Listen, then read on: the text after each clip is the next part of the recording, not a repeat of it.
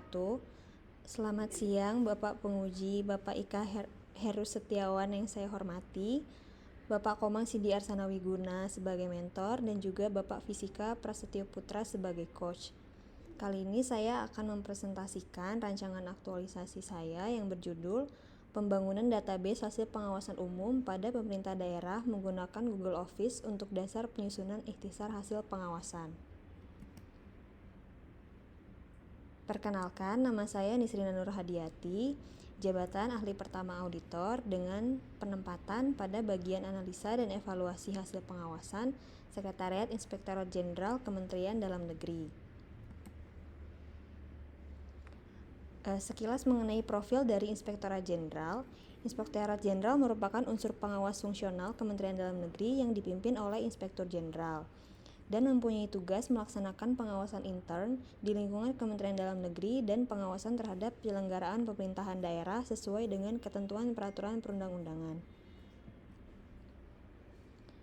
Adapun tugas dan fungsi pada bagian analisa dan evaluasi hasil pengawasan, yaitu melaksanakan administrasi, inventarisasi, analisis, evaluasi, pendokumentasian, dan penyajian hasil pengawasan, pendokumentasian pemutahiran tindak lanjut hasil pengawasan, dan pengadministrasian, monitoring, dan evaluasi reformasi birokrasi di lingkungan Inspektorat Jenderal. Adapun latar belakang dari rancangan aktualisasi ini adalah pelatihan dasar CPNS sebagai persyaratan diangkat menjadi PNS untuk meningkatkan kompetensi dan menanamkan nilai-nilai dasar ASN, yaitu berakhlak. Dan tujuan pembuatan rancangan aktualisasi ini adalah sebagai panduan dalam melaksanakan kegiatan aktualisasi di unit kerja. Adapun isu yang diidentifikasi di unit kerja yaitu ada 5 isu, di mana isu pertama adalah mengenai daftar periksa kelengkapan dokumen finalisasi laporan hasil pengawasan, di mana kondisi yang terjadi adalah belum ada daftar periksa kelengkapan dokumen finalisasi laporan hasil pengawasan, sehingga kelengkapan dokumen seperti surat tugas, program kerja pengawasan, kertas kerja pengawasan, dan yang lainnya belum terdokumentasikan dengan optimal kelengkapannya. Kondisi yang diharapkan adalah kelengkapan dokumen dapat diperiksa dengan mudah menggunakan daftar periksa. Isu yang kedua adalah waktu yang diperlukan APIP untuk melakukan verifikasi bukti tindak lanjut hasil pengawasan atau TLHP. Masih terdapat APIP yang membutuhkan waktu yang lama untuk melakukan proses verifikasi dan menentukan status bukti TLHP pada aplikasi SiWasiat, seperti lebih dari 5 hari kerja. Hal ini dapat menghambat proses penyelesaian tindak lanjut yang harus diselesaikan dalam maksimal 60 hari. Kondisi yang diharapkan adalah proses verifikasi dapat segera dilakukan dan maksimal dalam 5 hari kerja agar tidak menghambat proses penyelesaian tindak lanjut. Isu yang ketiga adalah jumlah penyanggah pada pelaksanaan ekspos hasil pengawasan. Kondisi yang terjadi adalah belum semua ekspos dihadiri oleh minimal 1 perwakilan penyanggah dari setiap inspektorat di lingkungan Inspektorat Jenderal Kementerian Dalam Negeri, sehingga masukan yang diterima tim penyaji tidak dapat perspektif baru dari inspektorat lain. Kondisi yang diharapkan adalah ekspos dilaksanakan dengan dihadiri lengkap oleh setiap perwakilan dari semua inspektorat di lingkungan Inspektorat Jenderal untuk memberikan masukan yang konstruktif dan dari berbagai perspektif kepada tim penyaji. Isu yang keempat adalah database hasil pengawasan umum pada pemerintah daerah untuk dasar penyusunan ikhtisar hasil pengawasan. Kondisi yang terjadi adalah data hasil pengawasan sudah terakomodir dalam SiWasiat, namun belum secara gabungan dan berfokus untuk tindak lanjut hasil pengawasan. Kondisi yang diharapkan adalah tersedia database hasil pengawasan umum pada pemerintah daerah untuk dasar penyusunan ikhtisar hasil pengawasan. Isu yang kelima adalah mengenai penyelesaian TLHP APIP Inspektorat Jenderal pada pemerintah daerah. Kondisi yang terjadi adalah belum semua pemerintah daerah mematuhi ketentuan penyelesaian TLHP yaitu dalam maksimal 60 hari. Adapun ketentuan ini tercantum dalam pasal 27 ayat 5 PP 12 tahun 2017. Kondisi yang diharapkan adalah pemerintah daerah mematuhi ketentuan penyelesaian TLHP dalam maksimal 60 hari sesuai dengan ketentuan pasal 27 ayat 5 PP 12 tahun 2017. Setelah dilakukan identifikasi isu, dilakukan tapisan isu menggunakan teknik USG, yaitu Urgency, Seriousness, dan Growth. Berdasarkan tapisan yang dilakukan, isu yang mendapat tingkatan prioritas pertama adalah isu keempat, yaitu database hasil pengawasan umum pada pemerintah daerah untuk dasar penyusunan ikhtisar hasil pengawasan. Untuk poin urgensi saya beri 5 karena berkaitan dengan penyusunan ikhtisar hasil pengawasan yang berhubungan langsung dengan tusi bagian analisa dan evaluasi. Untuk seriousness diberi nilai 5 karena berkaitan dengan amanat dalam PP 12 tahun 2017. Dan growth diberi 5 karena dapat menjadi isu yang berkelanjutan dan akan sulit menyusun ikhtisar hasil pengawasan. Adapun rumusan isu yang didapat adalah belum tersedianya database hasil pengawasan umum pada pemerintah daerah untuk dasar penyusunan ikhtisar hasil pengawasan. Setelah itu dilakukan analisis fishbone untuk menentukan penyebab dari isu yang didapat. Dari segi mesin, yaitu belum ada rekapitulasi hasil pengawasan umum secara gabungan karena belum terakomodir dalam sistem. Dari segi material, belum ada data rekapitulasi gabungan karena data yang tersedia adalah hasil pengawasan per provinsi. Dari segi milia atau mother nature, yaitu adanya budaya yang mengerjakan sesuai dengan tahun sebelumnya, di mana tahun sebelumnya belum ada rekapitulasi hasil pengawasan umum secara gabungan. Kemudian dari segi metode input hasil pengawasan berfokus untuk tindak lanjut, di mana metode ini belum fokus pada penyusunan ikhtisar hasil pengawasan.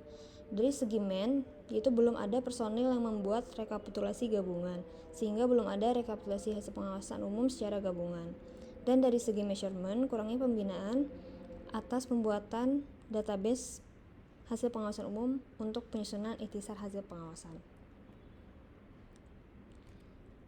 Adapun gagasan kreatif yang dibuat adalah pembangunan database hasil pengawasan umum pada pemerintah daerah menggunakan Google Office untuk dasar penyusunan ikhtisar hasil pengawasan.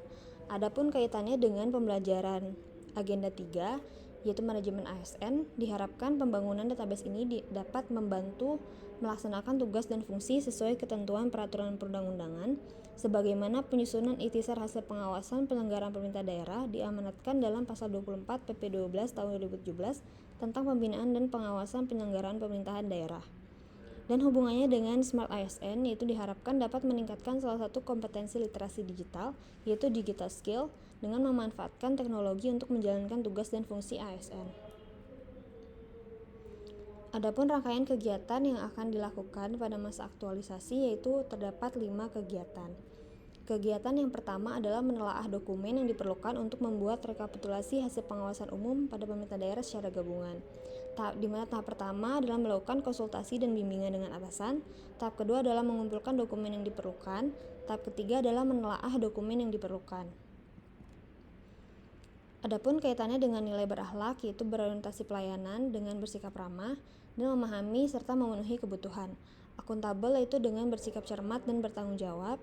Kompeten dengan meningkatkan kompetensi diri untuk menjawab tantangan yang selalu berubah.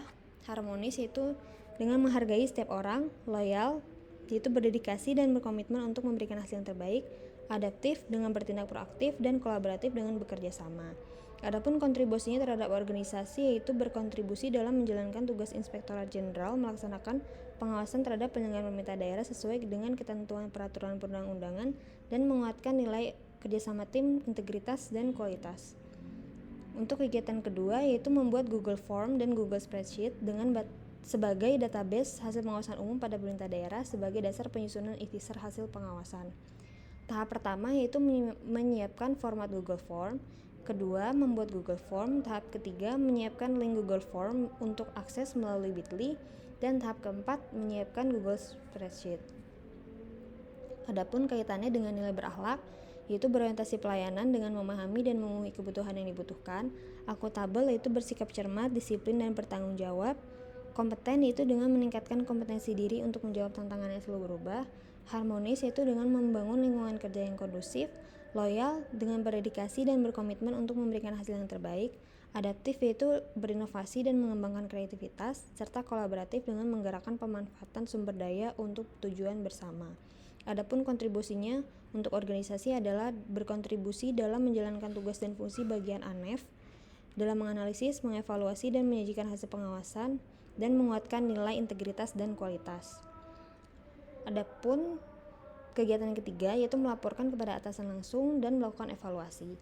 Tahap pertama yaitu melaporkan link Google Form dan Google Spreadsheet kepada atasan. Dan yang kedua adalah meminta umpan balik dari atasan terkait Google Form dan Google Spreadsheet yang dibuat. Adapun kaitannya dengan nilai berakhlak yaitu berorientasi pelayanan, yaitu melakukan perbaikan tiada henti, akuntabel yaitu dengan bertanggung jawab dan jujur, kompeten yaitu meningkatkan kompetensi diri untuk menjawab tantangan yang selalu berubah, harmonis yaitu dengan menghargai setiap orang, loyal dengan berdedikasi dan berkomitmen untuk memberikan hasil yang terbaik, adaptif dengan bertindak proaktif, dan kolaboratif yaitu terbuka dalam bekerja sama untuk menghasilkan nilai tambah. Adapun kegiatan ini hubungannya kontribusinya terhadap organisasi adalah mewujudkan tata kelola pemerintahan yang baik dan bersih serta berintegritas, dan kedepannya database ini dapat dimanfaatkan untuk mendukung visi Itjen sebagai konsultan dan katalisator tata kelola pemerintahan dalam negeri, serta menguatkan nilai profesional dan kerjasama tim. Kegiatan keempat adalah melakukan perbaikan diri dari hasil evaluasi dan melakukan koordinasi internal. Tahap pertama adalah melakukan perbaikan diri dari hasil evaluasi dengan atasan, dan yang kedua melakukan koordinasi internal terkait dengan Google Form dan Spreadsheet yang dibuat. Kaitannya dengan berakhlak yaitu berorientasi pelayanan untuk melakukan perbaikan tiada henti, serta bersikap ramah dan sopan, akuntabel itu bersikap cermat dan bertanggung jawab, kompeten yaitu dengan melaksanakan tugas dan baik, harmonis dengan membangun lingkungan kerja yang kondusif, loyal dengan berdedikasi dan berkomitmen untuk memberikan hasil yang terbaik, adaptif dengan berinovasi dan mengembangkan kreativitas, serta kolaboratif yaitu bekerja sama untuk menghasilkan nilai tambah. Kontribusinya terhadap organisasi adalah berkontribusi dalam mewujudkan tata kelola yang baik dan bersih serta berintegritas, dan menguatkan nilai kualitas dan kerjasama tim. Untuk kegiatan yang kelima adalah membuat laporan aktualisasi, di mana tahap pertama adalah melakukan konsultasi dengan coach terkait laporan aktualisasi dan kemudian menyusun hasil kegiatan dalam bentuk laporan aktualisasi. Hubungannya dengan nilai berakhlak yaitu berorientasi pelayanan dengan santun dan ramah, akuntabel dengan bersikap cermat, disiplin dan bertanggung jawab, kompeten dengan melaksanakan tugas dengan kualitas terbaik, harmonis dengan menghargai setiap orang, loyal dengan berdedikasi dan berkomitmen untuk memberikan yang terbaik, adaptif dengan bertindak proaktif, dan kolaboratif yaitu terbuka dalam kerjasama untuk menghasilkan yang terbaik. Kontribusinya terhadap organisasi itu mewujudkan tata kelola yang baik dan bersih serta berintegritas serta menguatkan nilai profesional dan kualitas.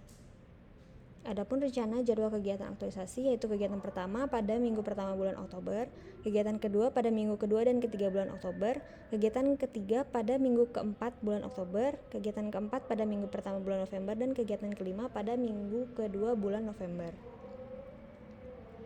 Sekian presentasi dari saya mohon masukan dan bimbingannya. Terima kasih. Wassalamualaikum warahmatullahi wabarakatuh.